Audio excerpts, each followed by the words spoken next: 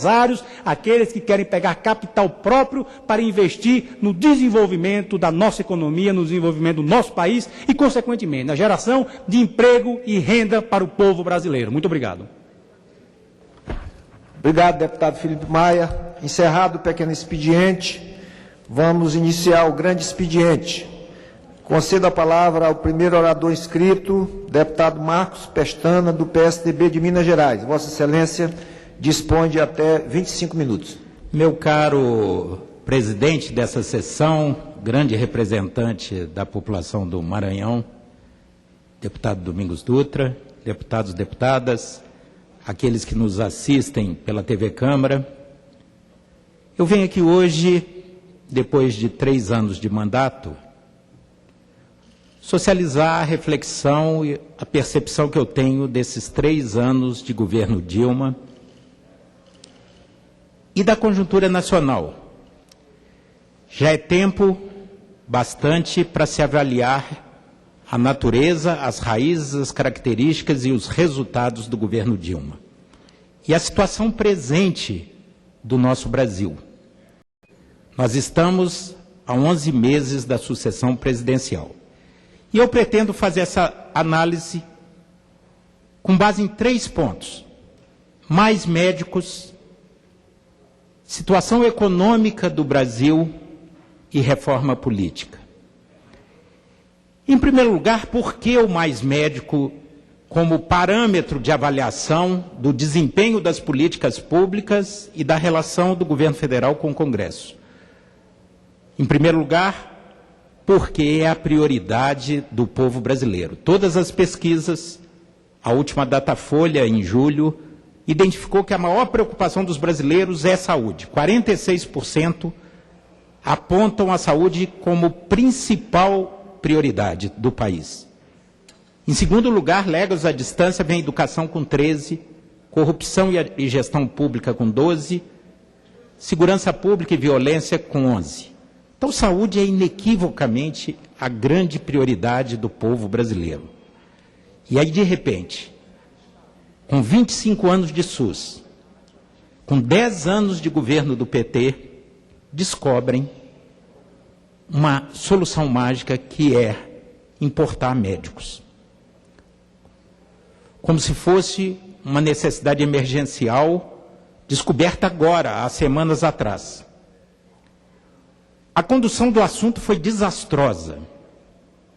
Faltou diálogo. Se escolheu como instrumento a medida provisória. Ora, 25 anos de SUS, a carência de recursos humanos especializados, principalmente de profissionais médicos no interior, nas regiões mais distantes e mais pobres do Brasil, na Amazônia, no sertão nordestino, no Jequitinhonha de Minas Gerais, isso é um problema estrutural. Não caberia da provisória, era tipicamente um assunto para projeto de lei a ser amplamente debatido, com audiências públicas, com diálogo com os atores relevantes do sistema público de saúde, com o Congresso Nacional, no entanto, não.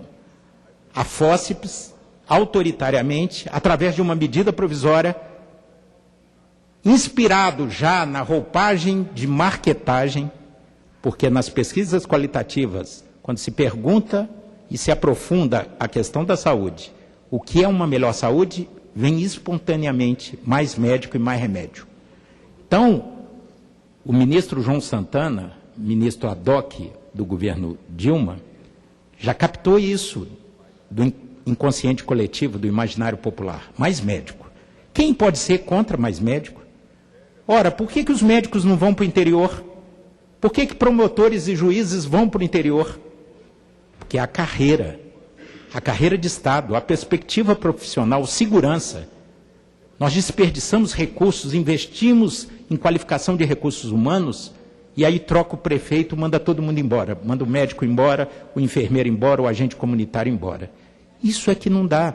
Nós fizemos programas em Minas Gerais, eu fui 7 anos secretário de Saúde de Minas, no governo Aécio Neves. Nós temos o canal Minas Saúde, que tem 80 mil alunos nos cursos esse ano. Nós temos o programa de educação permanente. Aí você treina o médico, treina o profissional, e aí a precarização das relações de trabalho jogam tudo a perder. E aí o governo federal vem com essa varinha suposta de condão, essa fórmula milagrosa que é trazer médicos cubanos. Tentaram julgar a população contra os profissionais médicos brasileiros. São quase 400 mil médicos brasileiros que foram desrespeitados pelo governo federal. Se colocou na boca do leão, na parede, os médicos brasileiros, como se fosse um problema de elitismo e falta de vontade pessoal, quando não se oferece estrutura e carreira. E aí se apontou essa solução mágica. Ninguém é contra mais médico. Ninguém. Não há ninguém insano. Mas é preciso apontar saídas efetivas. E eu tive uma participação central na discussão. Na primeira audiência pública, antes da edição da medida provisória, já introduzimos o primeiro avanço. Sugeri ao ministro Padilha e ele incorporou a ideia do edital público nacional com preferência para o médico brasileiro. Foi a primeira vitória. Conduzi, com apoio do líder Carlos Sampaio, o PSDB para uma posição de diálogo e negociação, para melhorar e aprimorar o Mais Médico. Não numa postura intransigente, de oposição radical e destrutiva. O ministro Padilha me ligou. Estava eu almoçando num restaurante em Brasília, toco o telefone, era o ministro Padilha. Temos dificuldades, se você podia colaborar, você foi secretário de saúde 7 anos. Eu me dispus a negociar. Coloquei as posições e os fundamentos do PSDB. A questão do revalida, da certificação dos diplomas, a questão do concurso público, da carreira e da desprecarização das relações de trabalho e o não esvaziamento dos conselhos regionais e federal de medicina. Ele falou, imediatamente te ligará o deputado Rogério Carvalho, relator do projeto. Rogério, logo depois me ligou. Fizemos um acordo. O PSDB apresentou 2 emendas que foram aprovadas por unanimidade. Todos os partidos de A a Z encaminharam sim no painel eletrônico. Uma emenda introduzia no 4º ano a carreira e o concurso. Outra emenda retirava o capítulo 5 da medida provisória, valorizando novamente os conselhos regionais e o Conselho Federal de Medicina. Aprovamos. Acordo feito. PSDB não obstruiu. Qual não foi a nossa surpresa quando a presidente Dilma Rousseff vetou o artigo que garantia a carreira nacional específica para os médicos no 4º ano. Os 3 anos iniciais seriam considerados emergenciais, passageiros, e depois teríamos um programa consolidado, um programa de Estado, uma política pública de primeira linha. Nós vamos derrubar esse veto no dia 19 de dezembro. É um dever dessa casa, e eu não sou moleque, é uma decepção profunda com o ministro Padilha, que faltou com a palavra, fez um acordo e não cumpriu. Se não estava autorizado pela presidente, não devia ter envolvido o Congresso Nacional numa farsa, e eu não tenho como caracterizar, e todos são prova aqui nessa casa da minha serenidade como oposicionista. Mas isso que foi feito é molecagem, mentira e golpe. Então, no Mais Médico, restou essa amarga herança. O Congresso foi desrespeitado, os médicos brasileiros foram desrespeitados, e o governo mostrou toda a sua inabilidade política, que é característica da mandatária e de sua equipe. Vamos para a economia.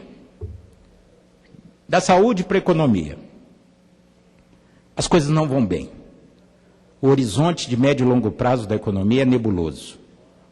Uma combinação explosiva se forma, um caldo de cultura problemático se forma na economia brasileira. Nós temos taxas de juros altas, taxas de investimento baixas, inflação alta, principalmente nos alimentos, temos baixa poupança, temos ambiente regulatório instável, crise de credibilidade, balança comercial invisível deterioração. Apesar do Brasil ter grandes reservas cambiais, há, a médio e longo prazo, claramente um desequilíbrio se apontando no médio prazo, no balanço de pagamentos e na balança comercial. Baixa inovação, pouca preocupação com o aumento da produtividade, empregos de baixa qualidade. Nós temos hoje uma economia que está se vocacionando nos produtos primários, nas commodities, que sempre historicamente tiveram preços relativos desfavoráveis em relação aos produtos industrializados. Excepcionalmente, no governo Lula, usufruímos, graças à China, à demanda chinesa e da Índia, nós usufruímos de preços totalmente atípicos na história do capitalismo. Quando vier a freada da China, teremos problemas do preço das commodities. O Brasil está virando um modelo novamente agroexportador, primário exportador, como era antes de 30, antes de Getúlio. E isso paralelo a uma clara desindustrialização. Os índices da indústria são impressionantes. Nossa indústria está perdendo competitividade e está perdendo peso na economia nacional. O resultado é que os empregos criados, mais de 80% dos empregos criados, vivemos o pleno emprego de baixa qualidade. São empregos de menos de 2 salários mínimos. Isso não garante um futuro que atenda às expectativas da população brasileira. O governo é parte ativa disso. Houve uma inflexão e temos que reconhecer do governo Lula para o governo Dilma. O presidente Lula, no seu pragmatismo e sensibilidade, não foi louco de aceitar conselhos que lhe deram, de pôr a coisa de cabeça para baixo, e colocou um tucano, deputado do PSDB de Goiás, no Banco Central, Henrique Meirelles, diretor que foi do Banco de Boston, para assegurar uma âncora de credibilidade. E colocou o ministro Palocci, que tinha juízo, sabia que não podia desandar o tripé herdado de Fernando Henrique, a herança bendita que tentaram apelidar de maldita. Palocci e Henrique Meirelles mantiveram o tripé. No governo Dilma, não só em resposta à crise internacional, mas pelo software que a presidência tem na cabeça, se instalou o que eu chamo de intervencionismo desorganizador. Uma ideia equivocada que o governo é um maestro que pode tudo, que pode resolver o problema de alocação de fatores produtivos a partir do balcão da Receita Federal ou do balcão do BNDES. Vejamos alguns exemplos. Setor petróleo, setor energético, congelaram o preço do diesel e da gasolina. É um mecanismo ultrapassado de combate à inflação, um tiro no pé, porque vem aí uma grande pancada que o consumidor vai arcar com ela. Represaram os preços.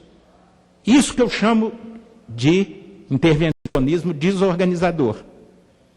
Ao congelar o preço da gasolina e do diesel, desorganizou o setor de álcool e açúcar. Então, o setor está quebrado. Pouquíssimos têm competitividade, pouquíssimos têm eficiência para permanecer de pé. O setor sucroalcooleiro está quebrado por uma política deliberada, uma intervenção desastrada.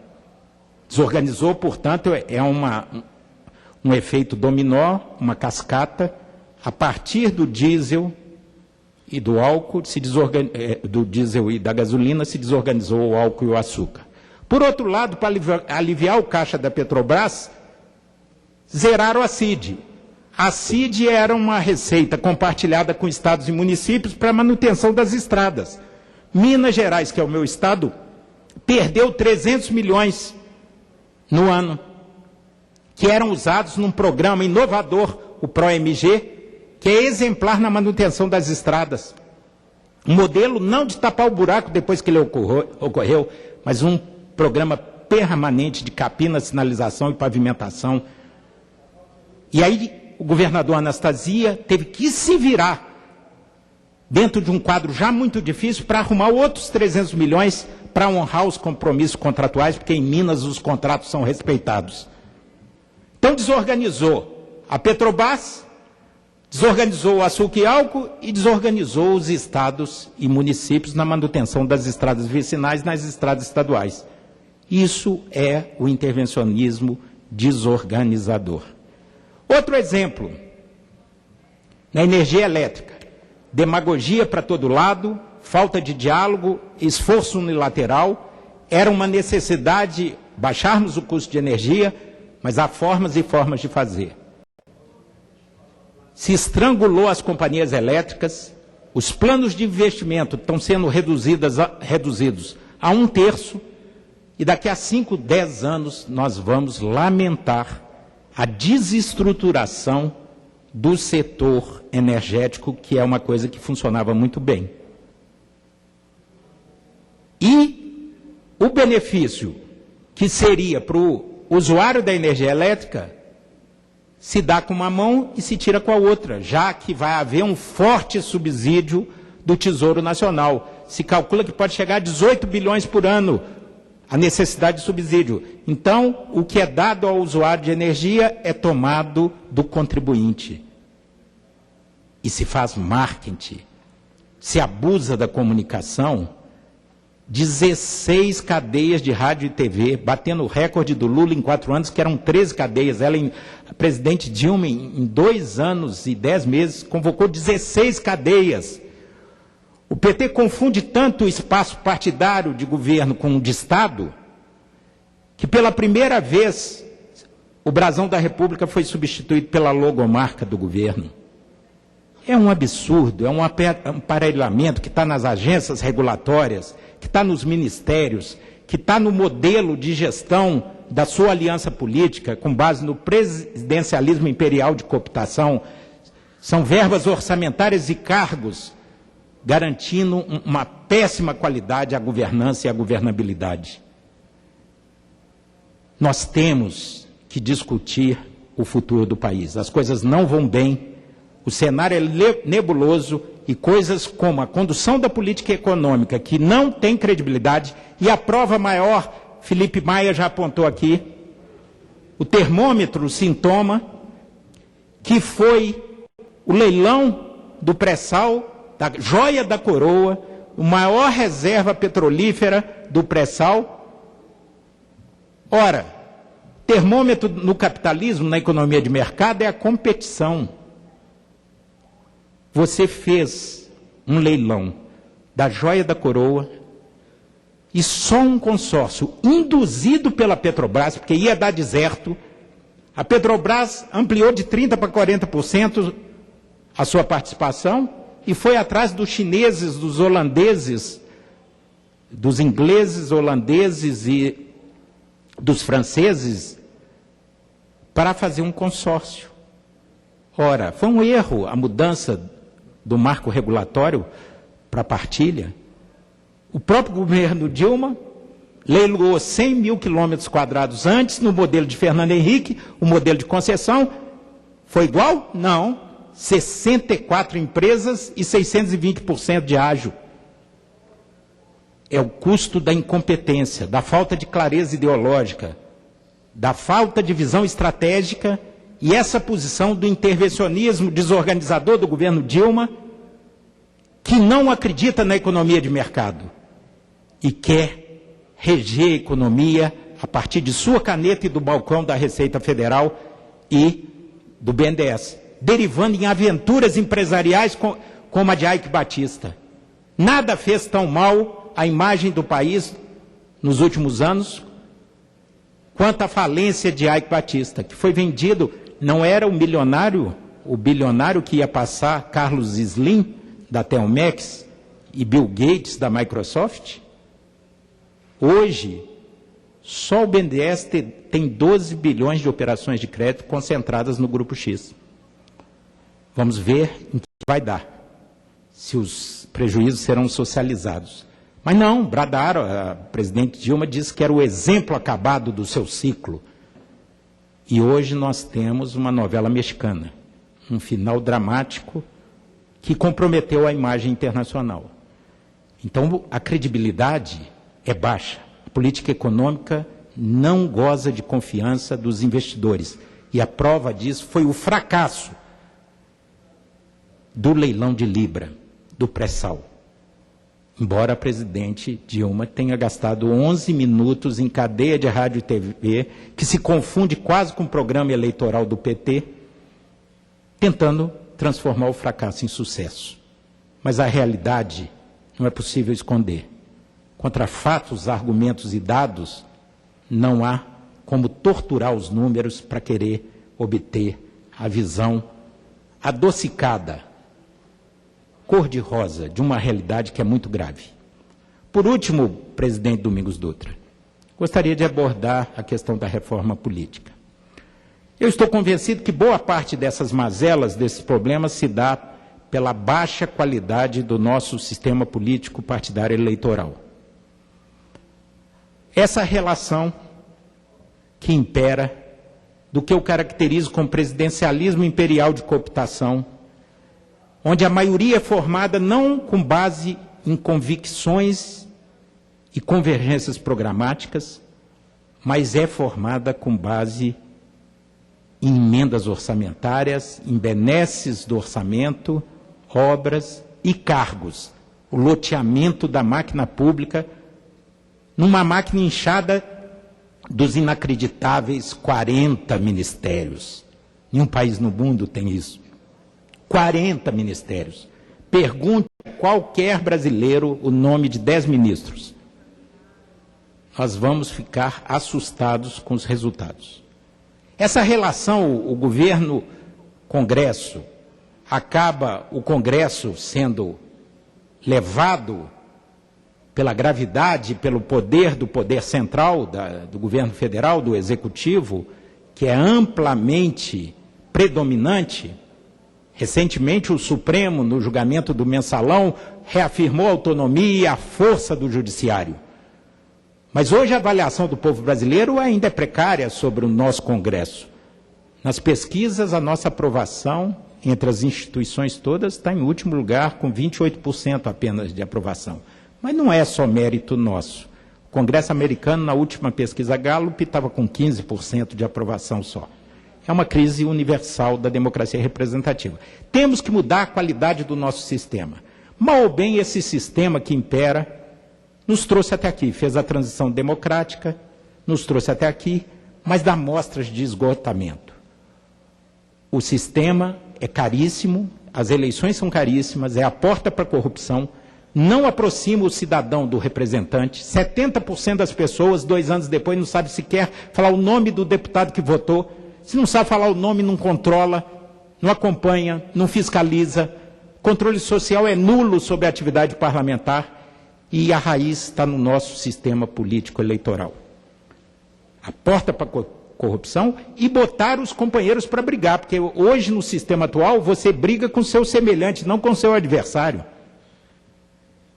E aí, em boa hora, apesar da comissão especial ter trabalhado 1 ano e meio e não ter chegado sequer a um relatório, em resposta às ruas, à discussão da Constituinte específica e do plebiscito, o presidente Henrique Alves formou o grupo de trabalho que tem 15 deputados participantes, coordenado pelo deputado Cândido Vacareza, do PT de São Paulo, com todos os maiores partidos, e ontem entregamos a nossa PEC, a emenda constitucional que vai ser discutido, mudando profundamente as regras do jogo a partir de 2018. Com cláusula de desempenho partidário, só terá acesso à televisão, ao fundo partidário e a espaços no Congresso o partido que fizer em 2018 3% dos votos nacionais e 3% em 9 estados. Em 2022, 4%, em 2026, 5%. Proibição das coligações partidárias proporcionais, para acabar essa confusão, essa geleia geral de alianças sem nenhum conteúdo programático, onde o eleitor vota em A e elege Z. Permitidas as federações nacionais de partido com vigência por 4 anos. Acabamos com a reeleição, mandato de 4 anos, coincidência de mandatos em 2018, com uma eleição tampão dos prefeitos em 2016 por 2 anos. Mudamos as regras de financiamento para sanear vários problemas e, principalmente, a mudança no sistema político, que nenhum sistema clássico passaria, nem distrital puro, distrital misto, lista fechada. nós introduzimos o voto proporcional nominal regionalizado. Vai ser um enorme avanço. Não muda a substância. O eleitor vai continuar tendo um único voto no candidato, ou na legenda, se quiser. Mas, ao invés do deputado paulista, peço uma pequena prorrogação para concluir meu raciocínio. O eleitor votará como hoje. Ele terá um voto, selecionará seu candidato, só que ao invés dessa loucura de um deputado em São Paulo perseguir 34 milhões de votos, São Paulo será dividido em 10 regiões. Com a lógica proporcional, não majoritária. Mas você vai aproximar o eleitor do eleito e o eleito do eleitor baratear as campanhas. Minas seria dividida em 9 regiões, o Rio em 6 regiões, e por diante, Rio Grande do Sul 5, Pernambuco 4, e os pequenos estados em 2 regiões. Isso vai aproximar a sociedade do jogo político e baratear as campanhas. E, por outro lado, uma medida ousada, que é reclamada pela sociedade, o voto facultativo, que é muito polêmico, mas que o grupo de trabalho que entregou seu trabalho ontem, nessa casa, ao presidente Henrique Alves, cumpriu a sua tarefa, fez o dever de casa e cabe ao Congresso discutir isso. O presidente Henrique Alves se comprometeu a formar a comissão especial ainda em novembro, instalar a comissão especial que vai analisar a PEC. Optamos por uma PEC, para não haver insegurança jurídica. O Supremo derrubou a cláusula de desempenho, a cláusula de barreira, porque foi por lei ordinária. Então, resolvemos encarar de frente. Ou temos 3/5, 60% dos votos no Senado e na Câmara, ou vamos parar de falar em reforma política. Vamos ter coragem de enfrentar as polêmicas. Com tudo isso, eu queria deixar um registro, cumprimentar o presidente Henrique Alves pela iniciativa de formar o grupo de trabalho, cumprimentar o presidente Vacareza, que teve firmeza e objetividade para chegarmos a bom porto, e agora, a cada deputado e a cada senador, cabe levar à frente e aprovarmos, até março, abril do ano que vem, uma verdadeira reforma política que valorize e que fortaleça a democracia brasileira. Muito obrigado, senhor presidente. Obrigado, deputado Marcos Pestana. Parabenizo Vossa Excelência pelo pronunciamento.